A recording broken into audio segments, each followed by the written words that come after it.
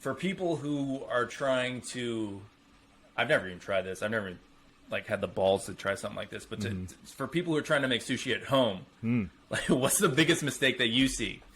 The rice, because like when people cook rice, they think the moment the rice cooker like ding, the rice is done. Okay, pull out the rice. No, the rice is done cooking, is not ready to prepare or serve for sushi. Because like you gotta get rid of the moisture that's still in the rice cooker. I guess you could say, because like you fill up the rice, you measure. I always measure with my finger, yeah, and the rice is done cooking. But there's so much moisture still in the rice that you gotta wait for all that moisture to be released, somewhat drier than when it's done cooking. So I let my rice cooker sit, or excuse me, I let my rice sit in the cooker for at least an hour, like 30 minutes after it's done cooking.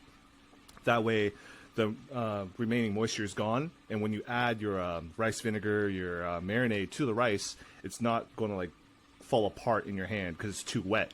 You know what I mean? You want your rice, as weird as it sounds, relatively dry, you know? And then you're going to marinate. No, that makes sense. Yeah, and then you're going to marinate it with the rice vinegar, the mirin, the sugar, and all that, and then your rice is good to go. So that's a big mistake I see with people with sushi. So do you leave it with the lid closed, or you leave the lid open? Oh, I leave it closed. So let's say your rice is Okay. cooking, you see the timer go off. I let it sit there for another 30 minutes because I think every single rice cooker is like a 30-minute timer for rice in general. So like after 30 minutes, the rice cooker will ding, and then I let it sit there for additional 30 minutes, and then it's good to go. Yeah.